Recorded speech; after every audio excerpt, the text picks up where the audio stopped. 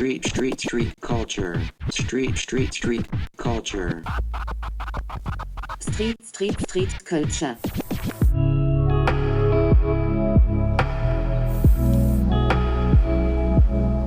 L'idée, c'était de rénover les terrains de basket extérieurs de la ville de Pau sur un projet qui s'appelle Oasis Urbaine. D'abord pour l'embellir et pour créer du beau au travers du street art sur le territoire de Housse-des-Bois.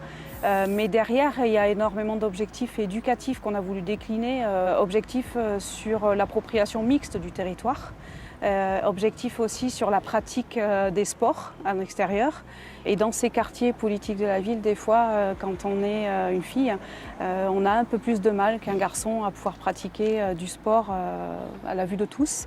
Donc un oasis, c'est un havre de paix, c'est un lieu neutre, donc ce nom-là est arrivé tout seul.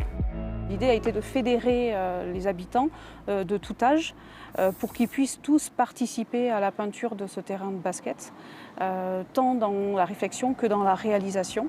On avait organisé la semaine de peinture en atelier et en plage. Donc c'était un coup les ados, un coup les seniors, un coup les familles, un coup les enfants. Et tout le monde venait peindre avec les artistes en fait.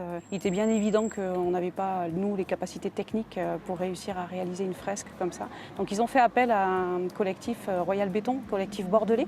Et eux nous ont soumis, en fonction des retours des habitants et de nos demandes à nous, différentes esquisses de dessin qu'on a à notre tour soumis aux habitants, jusqu'à avoir la mouture finale en fait, qui correspondait au maximum à ce qu'on était en capacité de réaliser et à ce que les habitants avaient envie de voir.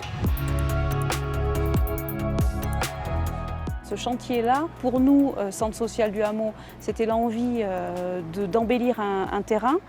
Et au fur et à mesure de sa construction, ce qui s'est passé, c'est que tout le monde a amené son idée et que finalement, ça a été pendant une semaine un enchaînement de moments festifs et un enchaînement d'échanges intergénérationnels d'une richesse qui n'a fait que susciter l'envie de faire plus et de continuer dans la dynamique de projet. Et en fait, que ce terrain revive comme il vivait il y a 20 ans. Puisqu'historiquement, ce terrain, il y a 20 ans, voyait venir s'entraîner de manière spontanée tous les basketteurs professionnels de différents horizons.